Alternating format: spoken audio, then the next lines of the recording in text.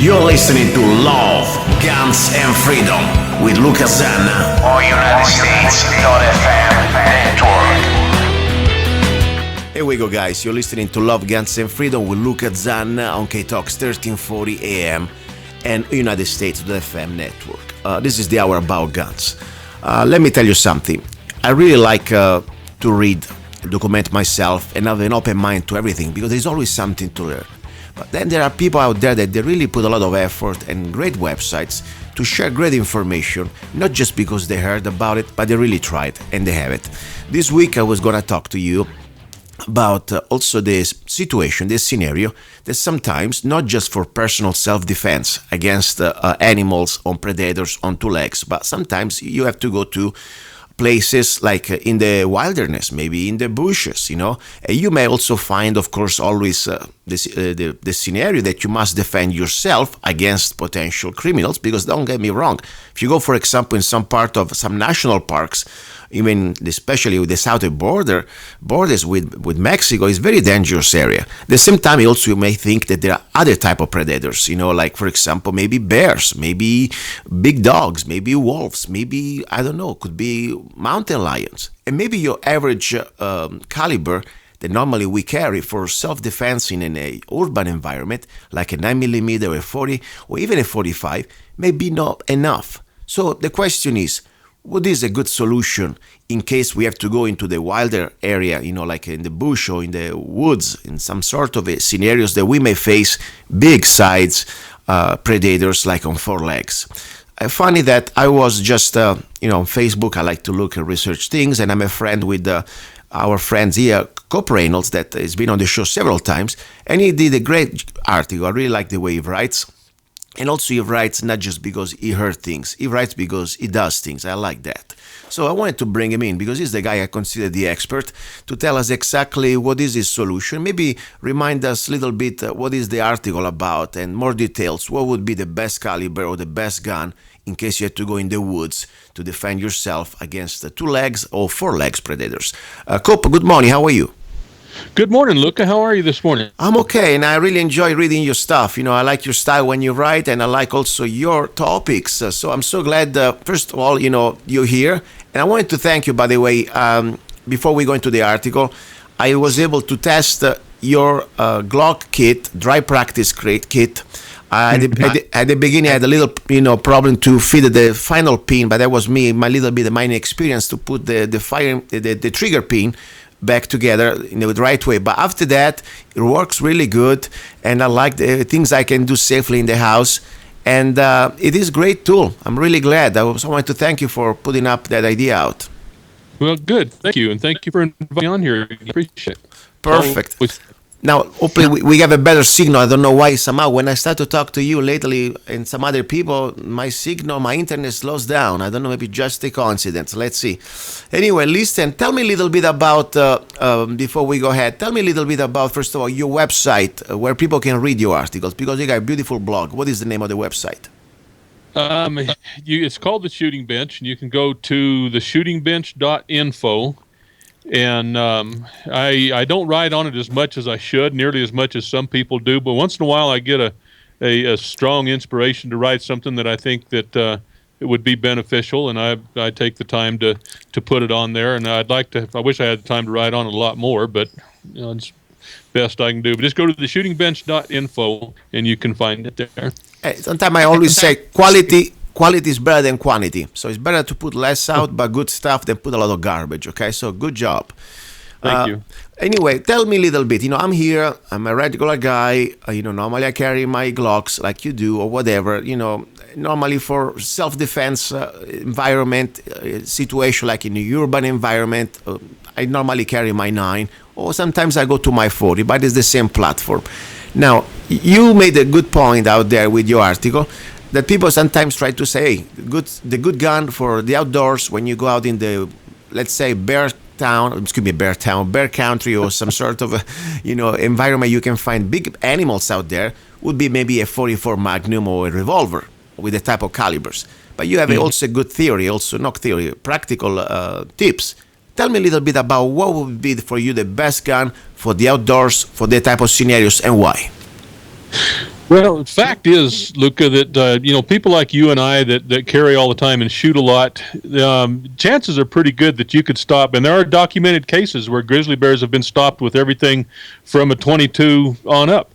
Of course, there's a lot of cases, I guess, where people get eat trying to stop them with a 22 also. Yeah. But so I want something that is because I carry a Glock, 24 hours a day practically, and 7 days a week. The familiarity that I have with it, I think when a grizzly bear is, or anything, a lion or whatever, they just killed a 200-pound lion right over here across the road from my house this weekend. Yeah. And in that close proximity of something like that with that many teeth and everything, your fine motor skills are probably going to lack. They're probably not going to be as good as you'd like for them to be. So there's no reason for me to try to change from one type of gun to another. And where with the Glock, I'm familiar with the reloads, I'm familiar with the trigger, I'm familiar with the presentation. I mean, everything is committed to memory and how would you put it? Habitual, natural, and it just happens because I do this, a million times a year, just like you do. And so I think that there's a lot in that type of a situation. Yes, it's not as powerful as a 44 Magnum, but with my hand loads, it's really close to a 41 Magnum. I would rather have 15 41 Magnums in, a second and a half than 5 460 Weatherbies in probably 2 or 2.5 seconds, and then be forced with a 3 or 4 second reload that I probably wouldn't be able to accomplish because the guy's chewing my arm off. Yeah. So I think that when you take those things into consideration, no, I wouldn't go hunting a grizzly bear with a 10 millimeter. I don't think it's the perfect thing for a hunting situation. But when the grizzly bear is in camp with me, when he's in my tent with me, trying to get in my sleeping bag with me, then I think the 10 millimeter is more than enough. And to deliver, I forgot how many grains it is, 3,000 grains of lead or whatever it is in just a second or so, I think is plenty of bear medicine when it comes to a situation like that. So we were legal for in a lot of places. It's legal for a deer and everything. I killed a mule deer with mine. It's been 4 or 5 years ago now. Wow! At 112 yards. Wow! And went through both sides of him. So it's plenty of energy out there. Plenty of energy. So we were talking about as a solution for the listeners that in case you have to go to this sort of outdoors areas that you may find big animals like a bear or mountain lions, that in Arizona we have, by the way, we have brown bears and we have mountain lions. I have mountain lions on my property. I know lives in the wash. So the point is, people may say normally the average answer would be, okay, let's bring a big revolver as a personal defense, and the 44 Magnum. Sometimes also they try to push the 357 with some loads, 357 Magnum. But the idea is, as you said, if you always train with a Glock, or at least with a semi-automatic, let's put it in this way, okay? And then out of the blue, and I tell you something, I don't train with a handgun, with a revolver almost at all. I mean, I like to shoot it once in a while, but I never train for self-defense because I'm used to use one gun, and that's my Glock, the one I train every day, or at least whenever I can. So it's very hard to think that then you're going to start to, under stress, switch to the best you can be, shooting a revolver that, of course, you have the limitations, and one of that, it's, as you said, limited capacity. So I must tell you something. Now you gave me the inspiration because I never had the 10 millimeters. I always stop at 40 or 45 with the Glocks. And for a reason that normally I say, I don't really need the 10 millimeters after all, because I know that in the urban environment would be an overkill, it would be over penetration, it would be a lot of problems. But now I really think I'm going to buy one. Seriously, he gave me a good maybe Christmas gift idea after Christmas. Okay? Yeah, the 10 millimeter is probably the best for personal defense. Would it do the job? Sure. But there is no question. When I went through both sides of that mule deer at 112 yards, there is no question in my mind that I'll go through both sides of a big man at 5 yards. Yeah. And it's going to have lots of energy left. So the 40 or even the 9 millimeter, whatever, you've got a lot better chance of that target absorbing closer to 100% of the energy than with the 10 millimeter. Just because it has more energy doesn't mean that it's going to expend more energy into the target if it leaves the target, if it exits the target. Yeah. A lot of that energy is going to be wasted downrange somewhere, possibly in your neighbor's living room. Exactly. But for the specific situation that we were talking, to go out in a different environment, like for example in the woods or in the bear territory, I think it's a very good solution. And also another thing, first of all, the recoil factor. I never shot 10 millimeters, I must be honest, and it's something I need to do as soon as possible now. I'm freaking out. I need to get 10 millimeters on my hands, but normally I have my 44 Magnum or 357 Magnum, and I tell you, as much can be fun, and of course you can always choose the different type of loads. When you start to get hot loads, the 44 Magnum is not really fun. I mean, it's something you do just because you have to, but I wouldn't like to practice with the 44 Magnum just because, beside the cost of the ammo. And also the reality is, under stress, I mean, you don't have that type of accuracy you would have probably with a semi-auto. For example, if you can compare the 10 millimeter hot loads with a 44 Magnum revolver, I'm sure it's easier, but you tell me, what is your experience when you shoot those two guns? What is the most comfortable in the recoil and the different follow-through shots? Between the revolver and the Glock and the 10 millimeter? Yeah, 10 millimeters. Well, yeah, I was going to mention that the recovery from recoil in a large caliber revolver is, for the average person, you and I might do a little bit better than average, but for the average person, it's probably 3 or 4 times longer to recover and get back on target, which most people probably won't. They'll pull the trigger as fast as they can, and a lot of those targets a lot of those bullets will probably miss. And then there's also the problem with, and this has been documented many times, of people that have emptied their revolver, and instead of immediately going for a reload, they continue to pull the trigger on empty chambers. Click, click. So if you're going to do that, you might as well have some more ammo in your gun to keep going. Recoil-wise, the 10 millimeter in the full size in a Glock 20 is extremely manageable. It's very comfortable. In the steel-framed guns, if you take like your Smith & Wesson, it's a little bit sharper than the Glock. But the Glock is probably maybe 15% or so more than the 40 caliber. Okay, not bad. It's not a lot. It's comfortable. I've known several women that shoots 10 millimeter and they like it and they have no problem with it. My wife has shot the 10 millimeter and doesn't think any more about it than she does her 9 millimeter. It's not a difficult gun to shoot. Wow, I'm really excited now. So maybe I need to upgrade. I'm normally a 9 millimeter guy because I like trying with the 9. I like to carry the 9 or 40 sometimes. Just switch the gun, the 22 or the 17 Glock. But now I'm really excited about this idea. Now, question is, because you know more about me about this 10 mil. First of all, the price of the ammo. Any special brand you like, or you do hand load? Because I know they're a little more expensive, harder to find. That for me also was one of the reasons why I didn't want to explore the 10 millimeters. Because honestly, I when I open a new caliber, I need to stock up. I can just get 2 boxes and that's it. If I have a gun, at least I need to have 10,000 rounds. I'm kind of a freak when it comes to that. So anyway, what is your place or your brand that you like to use for practice, and what is the hot load that you use for personal defense or bear defense? Well, look, read or buy some of the most expensive stuff on the market. There's no use getting a 10 millimeter because the stock, the average, the generic 10 millimeter that you buy on the market is neutered so bad that it's only most of it's only 50 feet or so more than the 40 caliber. If you put a good stiff load in a Glock 35 40 caliber, you're nipping right at the heels of the average 10 millimeter. So if you want a bear gun, you either have to reload or you buy your ammo from Double Tap or from Buffalo Bore, and you're going to spend $50 a box for it. Wow.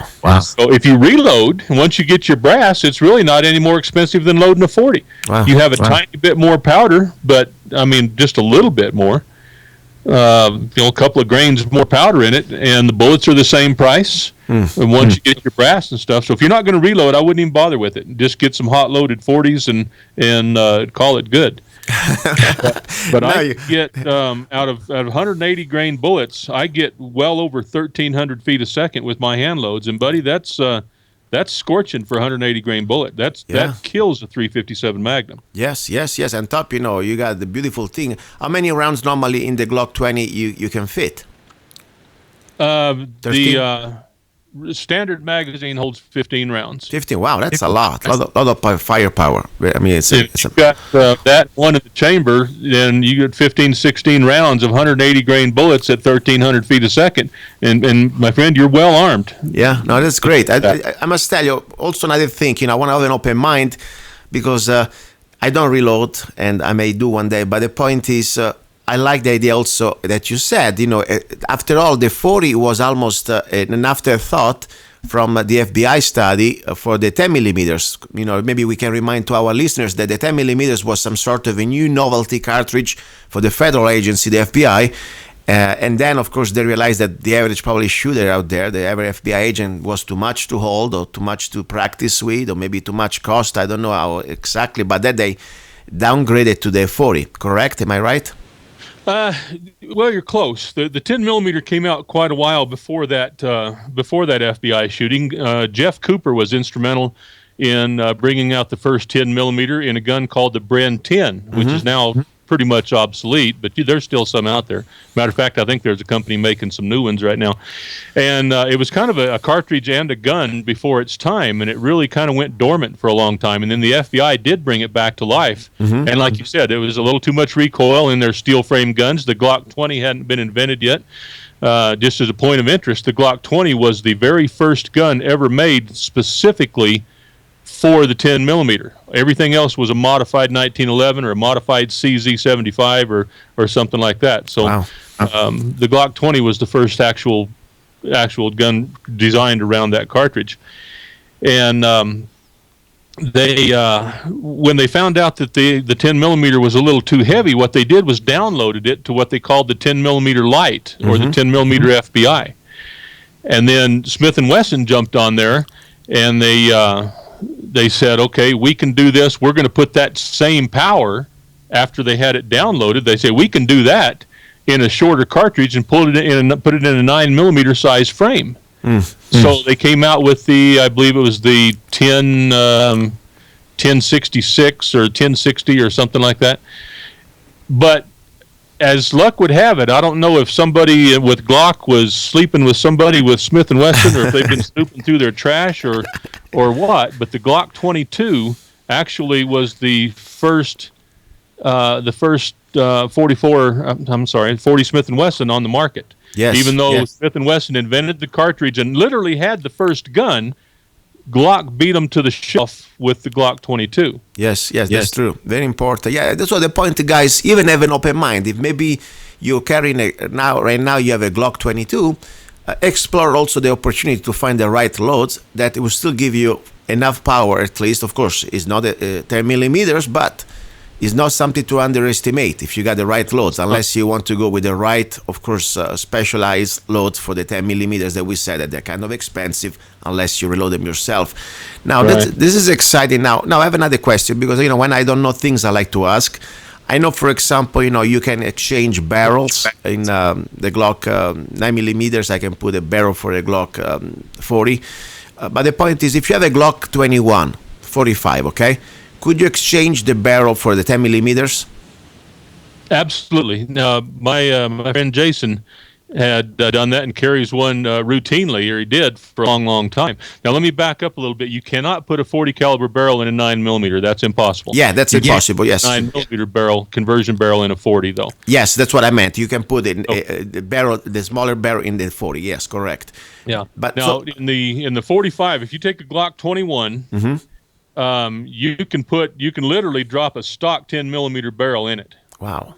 There's nothing else that needs done. You cannot go the other way around, but you can put a stock. It doesn't have to be a conversion barrel. They're the same diameter, the outside diameter, and it drops right in. And you might look at changing the extractor, possibly the ejector. Drop the barrel in first. Jason didn't do anything with his. It run like a top. He never had a single malfunction with it. All he did was change the barrel and the 10 millimeter magazines will go right in the 45 caliber frame. Wow. And that's what you got to do. Now this is even more exciting because, I was going to buy another gun, but maybe I wanted to try it out a little bit since I have a couple of 21 that I don't use very often. That would be a great solution. I can buy a barrel for the 10 millimeters and some mags for the 10 and maybe give it a little try. All right, this is very exciting. I really appreciate the information because, as I said, sometimes, we are stuck in our, we are stuck. We use guns for scenarios like normally urban environment, or even if I have to go through, let's say I live in the country, still, I don't want to have over penetration. But sometimes when we go in the wilderness and maybe the rifle, it's a little far away, we always have a gun on us. As you said, you're in your tent, you're camping out, and a bear is coming through the tent. You're not going to be able to get your rifle, but maybe your gun is always with you. Not maybe, should be always with you. So I think that's 10 millimeters. It would be a great answer to many problems out there. I really like, now, since we're talking about ammo and caliber, as I always said, at the end of the day, whatever you carry, practice, and you must hit your target. That's the first good caliber that you should carry, whatever can be able to practice a lot and be able to be proficient. I have one caliber that I've been always away from it, and I tried a couple times, and I really don't like it, and I don't like the price. I'm disgusted that it costs double what is the price of a 9. Is the 380, but there are some ladies out there that like the 380, or at least they've been always suggested 380. My opinion is that you can do everything you want better with a 9 millimeter, even have a small frame gun for concealment, then instead of buying the 380. But what is your idea? Do we really need a 380 ACP? Is it worth it? 380 has changed a lot, just like a lot of the other calibers have. With modern technology and bullet research and everything, the 380 is actually, in actual shootings, registers, logs in 70% one-shot stop probability in actual shootings. This isn't just in ballistic gelatin or whatever. And the 38 Special plus P, their highest is 63%. Wow. Or 67, I'm sorry. 63 was 32, I think.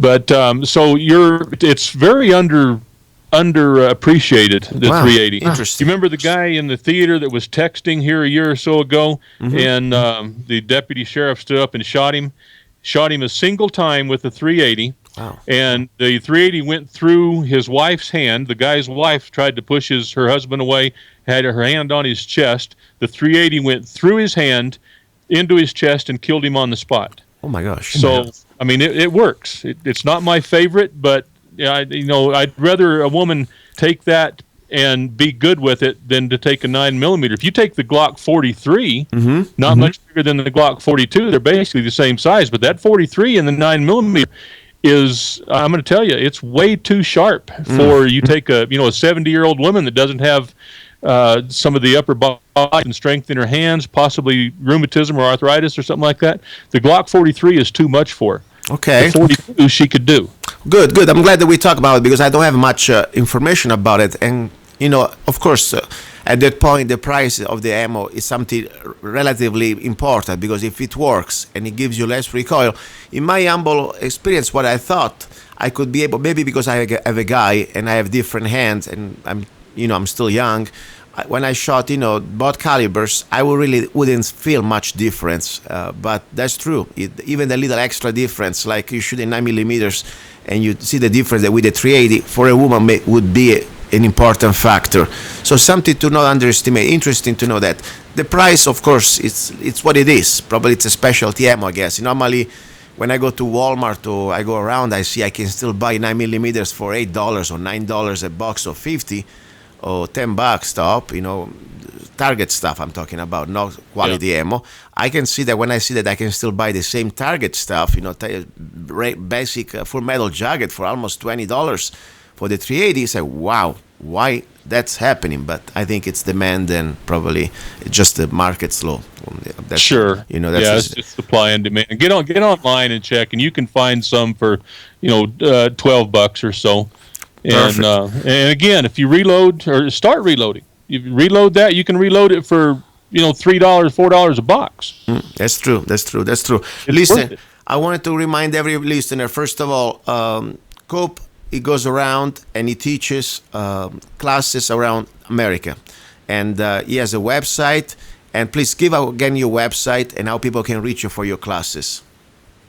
SouthwestShootingAuthority.com is the easiest way to find it. We've got I need to get our winter schedule up there. I don't have any classes up there coming up right away. We were designing some new classes right now that are more centered around active shooters and what we call active assailant, where there may not actually be shooting, but have other types of weapons, whether it's knives or whatever. So we're working on that pretty hard, and we should have those out probably first of the year. Excellent. Can I give you a little feedback on ideas that I would like to see out there? I never really found on the market, and I'm sure maybe there are, but maybe just me, I don't know about them, classes about young moms carrying their babies, especially if they go around with a little cart, a little stroller. And, the dogs, sometimes they see the baby like a small victims, okay, or at least a prey. And the mama's supposed to carry a gun, in my opinion, when they go out with the baby, always. Absolutely. Because it's the line of defense, the only line of defense the baby has. So many moms may be sometimes okay shooting at the regular situation, like at the target, scenario. You have an assailant trying to get you, but an animal, a dog. Let's say you have a pit bull, grabbing your baby into the stroller. Many women or even many men will say, "Oh my God, I'm afraid. What am I going to do? I might probably shoot the baby." I mean, situation that you need to practice, or things like that. Don't you think it would be maybe a nice class to do just for the average mom that needs to go around with a gun in a holster and with a baby in the stroller or situation like that? What do you think? Well, in a stroller or something, having a baby and a gun is a potentially very dangerous thing. Not because of the baby getting the gun or anything, but for the many, many, many moms that carry their baby in their arms, they're holding that baby right over their thoracic cavity. And if someone is able to return fire, the chances of hitting that baby are extremely high.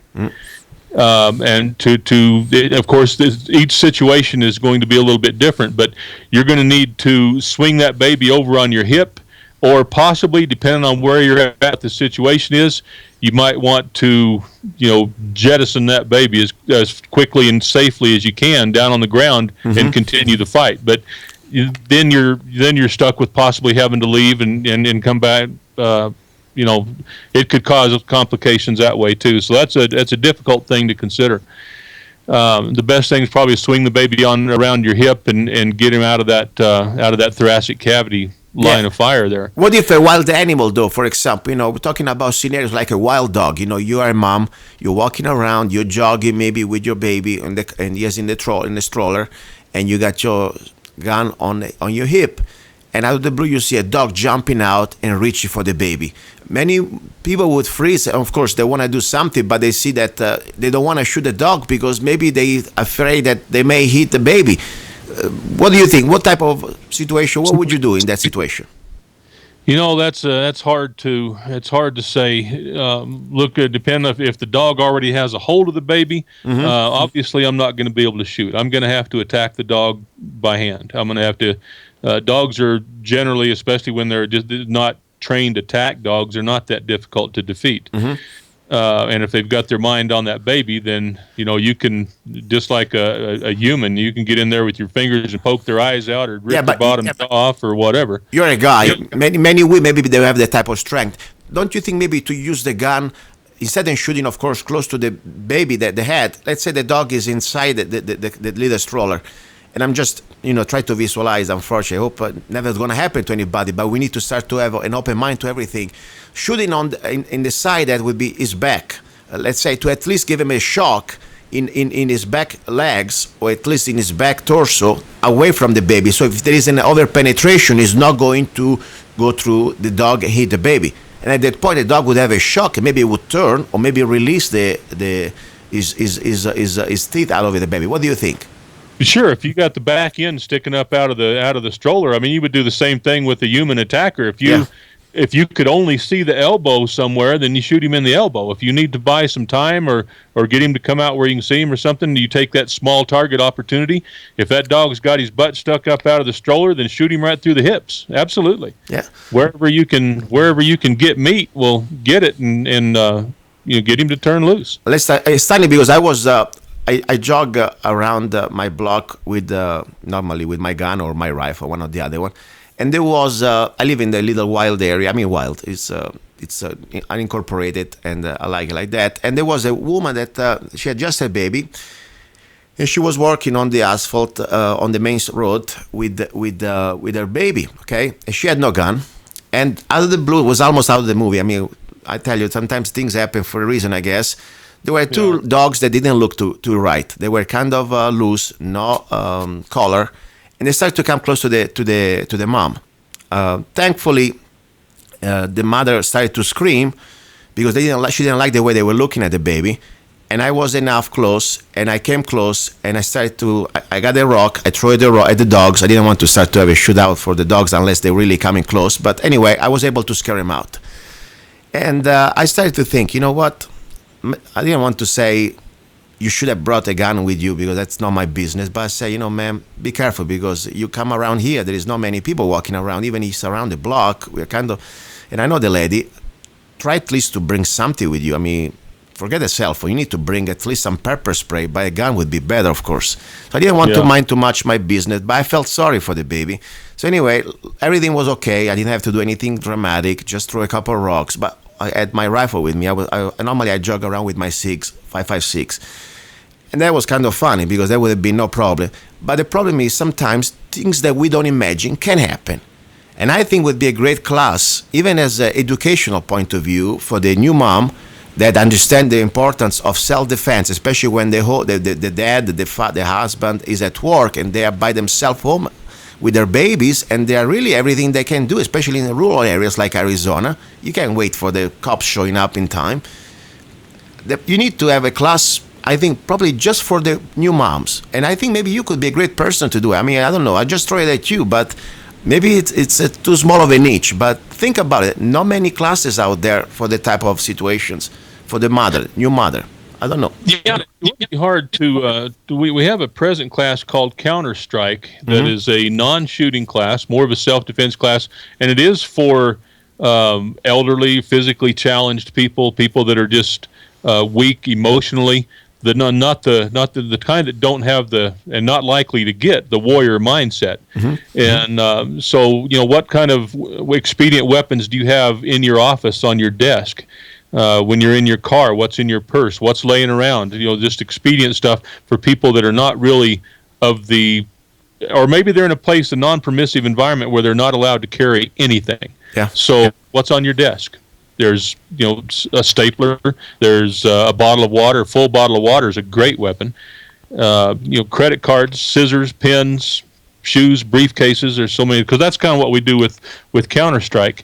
And it wouldn't be too hard to modify that class to cater to the moms out there with little kids with them. Yeah, and especially if they carry a gun, they need to find always the perfect place according to the anatomy their bodies, how to carry the gun safe with them and deliver.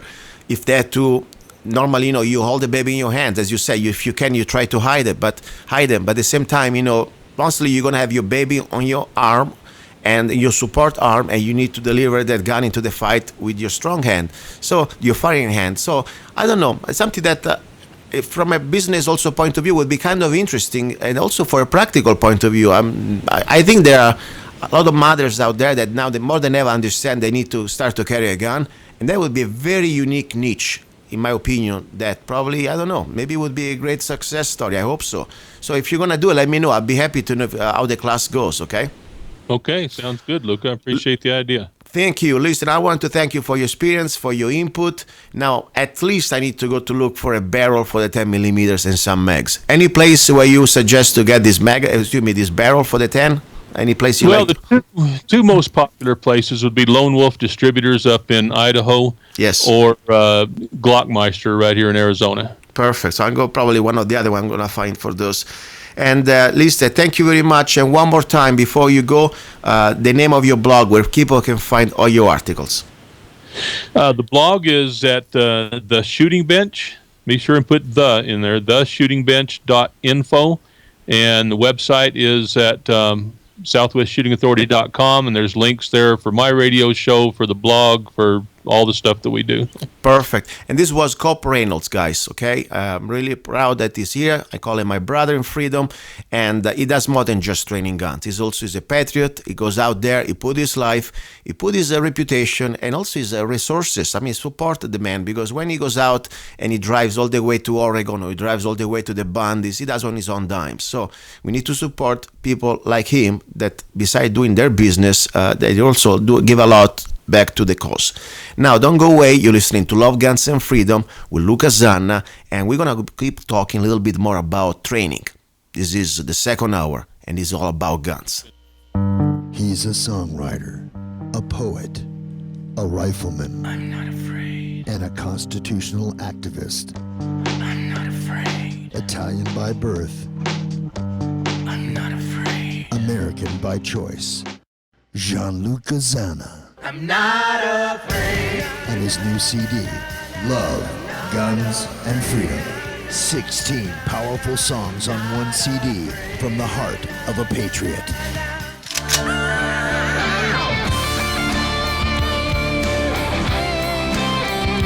For download or to order the CD, go to www.lovegunsfreedom.com. That's www.lovegunsfreedom.com. Lyrics for your mind, music for your heart. Gianluca Zanna's new CD, Love, Guns, and Freedom. You're listening to Love, Guns, and Freedom with Luca Zanna. This is the second hour. It's the hour about guns. We had a great guest, Cope Reynolds, the first part. And now I would like to talk a little bit more about my book that is coming out. As I said before, I'm not an instructor. I'm not somebody who does this for a living, like a professional, like Cope, Cope that gets paid. I do this as a sort of voluntarism, but I learn, I train myself, and I try to share what I do or what I learn with other like-minded people.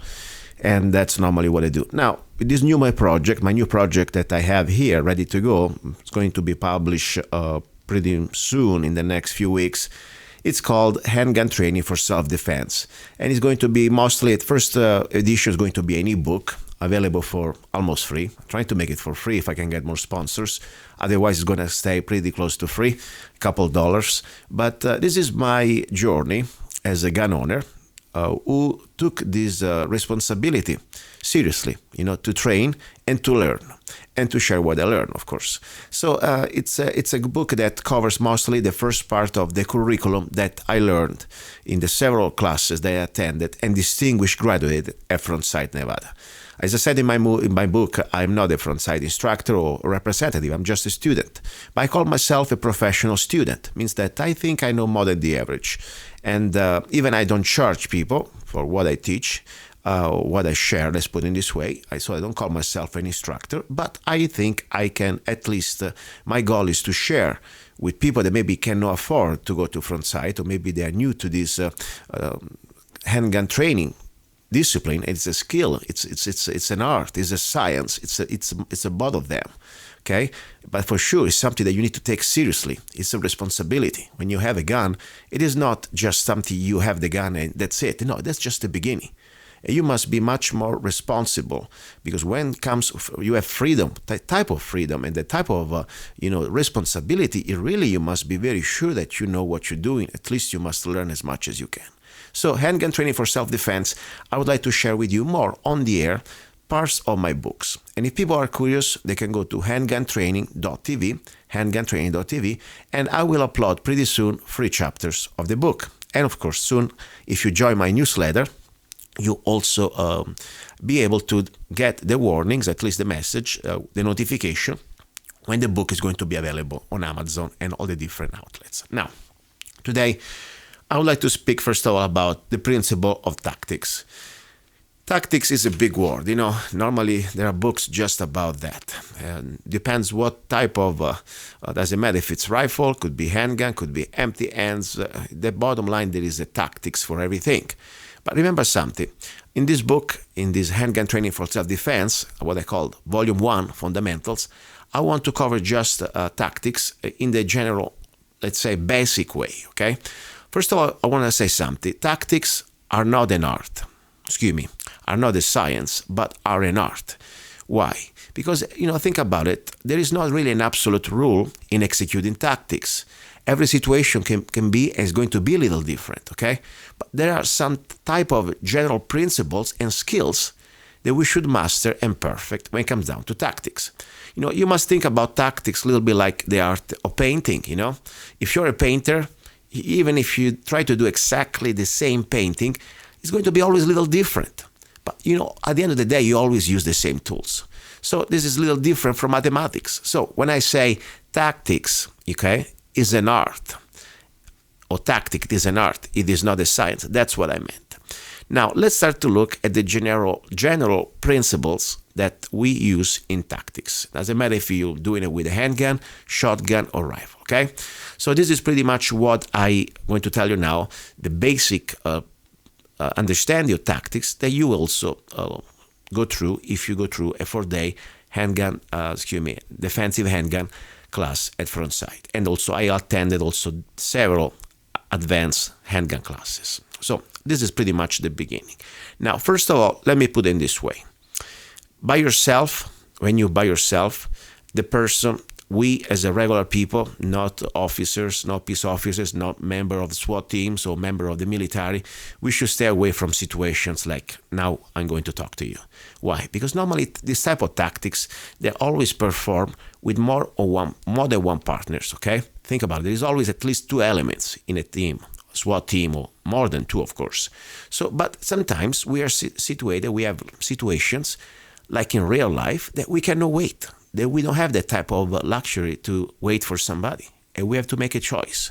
So these are applying to us as civilians that unfortunately sometimes we are stuck in the middle of something that we cannot procrastinate.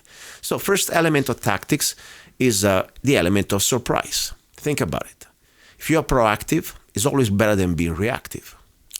I mean, if you can have the opportunity to decide the moment that when you engage your adversary, without giving him any type of warning of your presence, for sure you will have the advantage of surprise.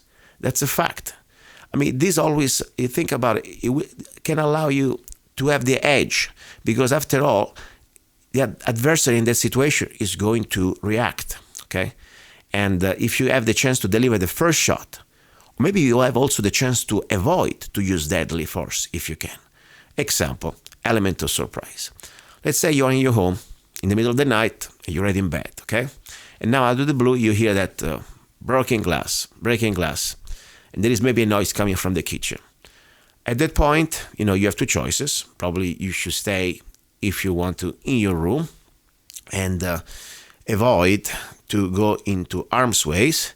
But at the same time, let's say maybe you have somebody in the house living with you and it's close to the kitchen, maybe your daughter, maybe your wife, somebody.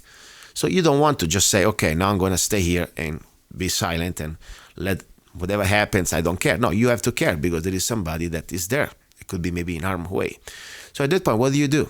First of all, you need to have the element of surprise. How do you achieve that?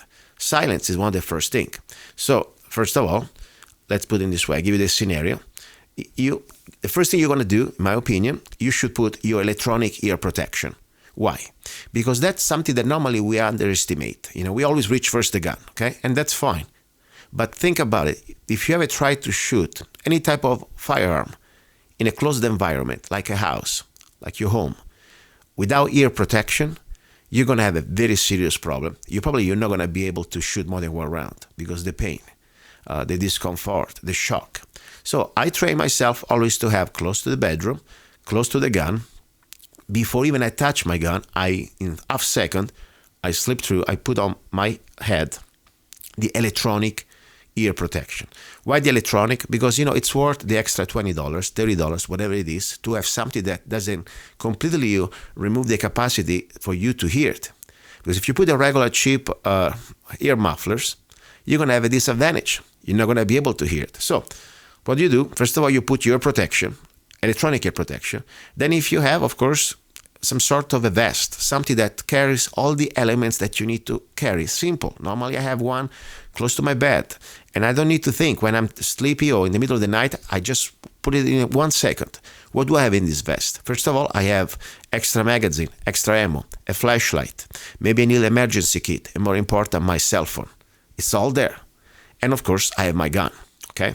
So you wear this one. This basic out of the average things that I just told you, it already brings you in some sort of an advantage, of a tactical advantage.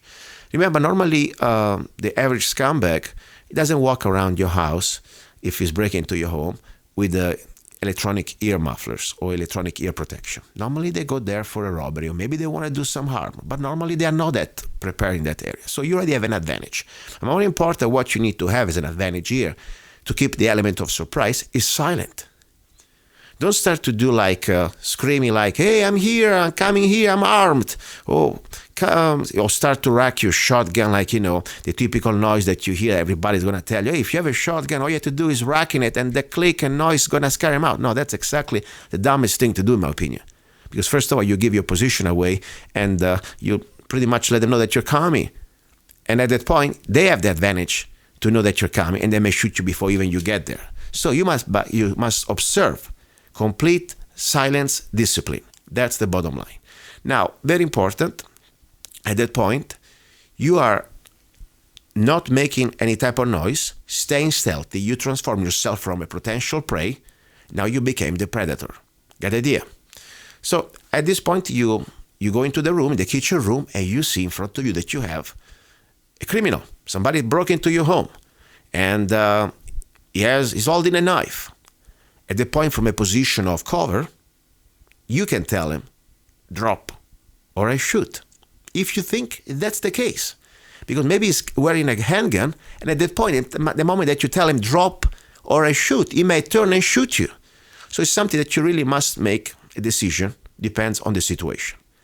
But for sure, at least you had the advantage of the element of surprise. So that's number one thing. No matter what you're facing, no matter what type of weapon we have with us, we always should have the element of surprise. So consequence already of that, it's a noise discipline. I mean, noise can be deadly, okay? So you need to start to train yourself in listening to yourself in the several situations of self-defense scenarios. For example, do you drag your feet when you walk? Or if you have like this sort of a tactical vest, does it rattle? Or are you coughing? Or are you breathing like a bear? Is your cell phone on mute? I mean, that's very basic things, but you must understand. Noise discipline is fundamental, okay? Then don't forget also other senses. Sometimes, you may be silent, but maybe you have that very heavy-duty aftershave cologne. Or maybe you had a lot of garlic for dinner, and they can smell you even before they see you. Or think about it. Maybe you have the little silver necklace that in the night or in the darkness can shine. So you need to start to think tactical, if that's the way you want to be prepared.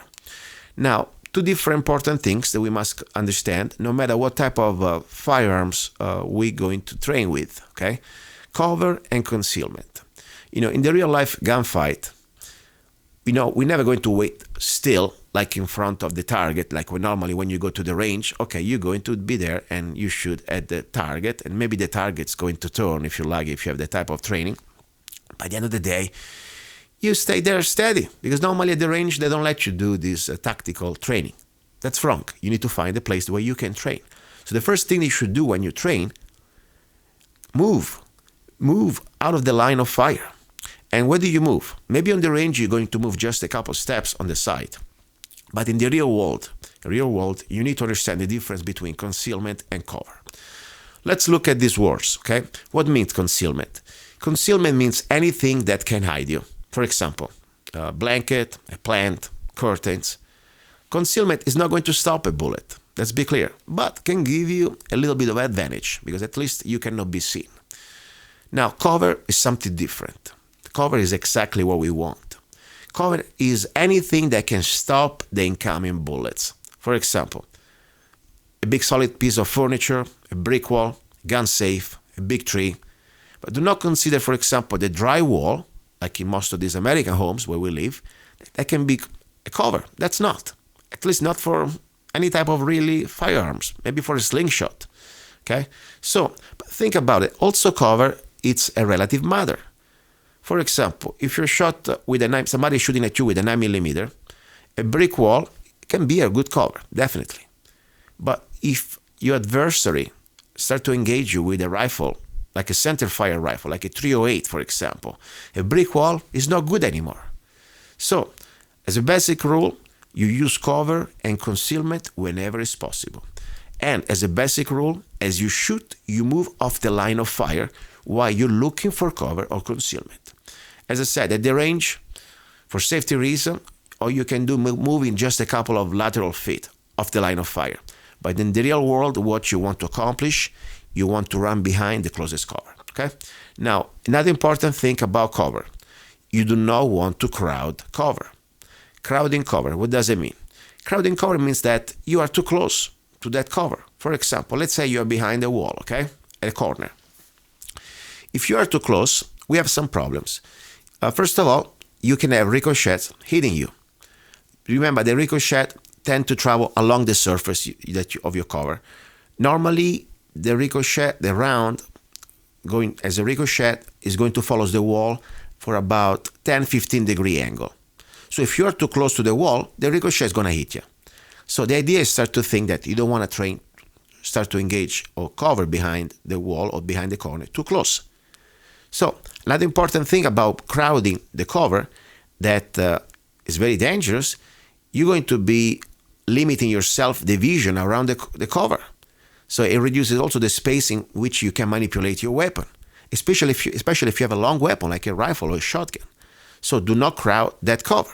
And point number 3, if you are too close to the cover, you can give your position away. Because after all, your weapon, it may stick out and the muzzle flash may create also a target indicator. Solution, as I said, just do not crowd cover. Stay at least, enough distance that you're not going to be crowding the cover. Now, distance. Distance probably is one of the most important things that we have in our tactical toolbox. Why? Because distance is your friend.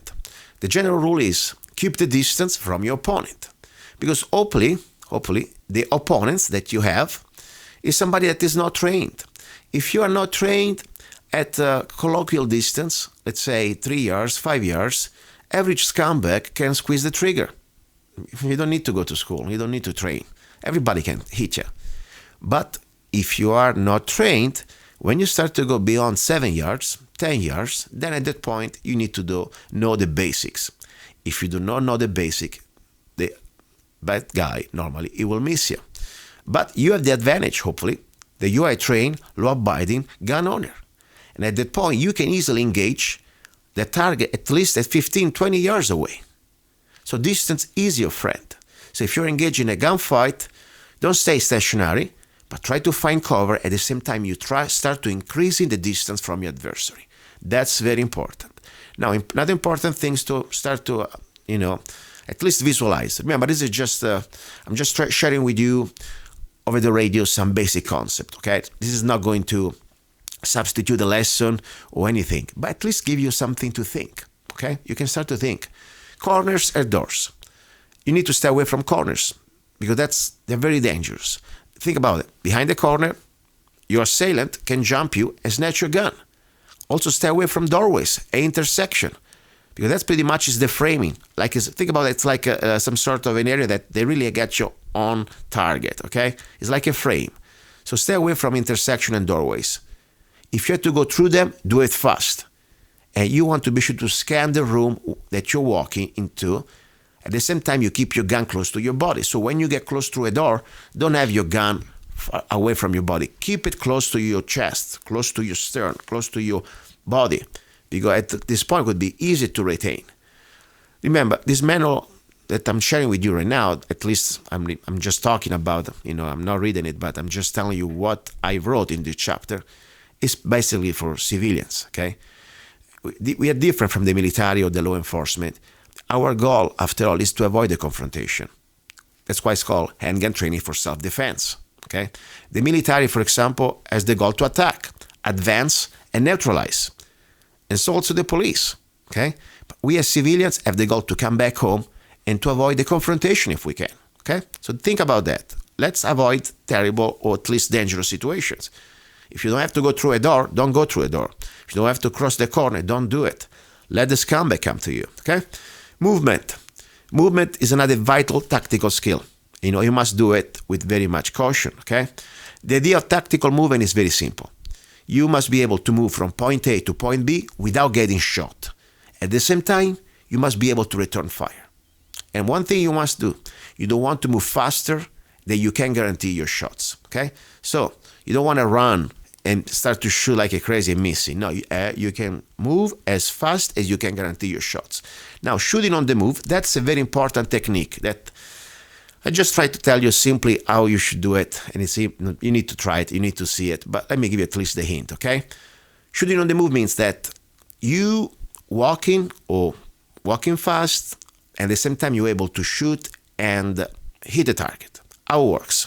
First of all, as I said, you don't want to cross your legs. Always you want to keep noise discipline. You want to keep yourself in balance. Watch your feet that you do not trip on objects, okay? Most important, you want to start to lower your body. Because if you lower your body, you will minimize the vibration transfer to your upper body. And you want to bend your knees a little bit. So if you're advancing, that's the very important part, you lay your feet in this progression. Heel to toe. So if you advance, first you're going to hit the ground with your heel and then with your toe. Heel to toe, heel, toe. If you retreat, you do the opposite, toe to heel. Okay? That's pretty much the story. You will see that if you want to train shooting on the move, try to get, like, for example, a tray, get like a plastic glass, fill it up with water, and start to walk. Walk in a way as fast as you can, and you'll see if you do this technique, you have much more control of the glass of water. It's not going to spill. If you start to see that the glass starts to spill, well, you see that you're doing something wrong, or you're going too fast, or maybe you're not doing this technique correctly. So this is part of the tactics.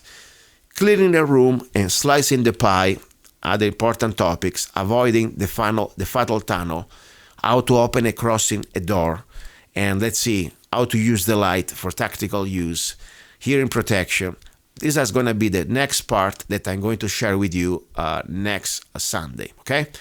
Now, you're listening to Love, Guns, and Freedom with Luca Zanna, and we will go to now hour number 3, the hour about love. And we have a special guest from Italy sharing with us what's going on in that part of the world when it comes down to the New World Order, weather modification, and of course also how to defeat the New World Order. Don't go away. Ciao. You're listening to Love, Guns, and Freedom with Luca Zanna on United States.fm Network.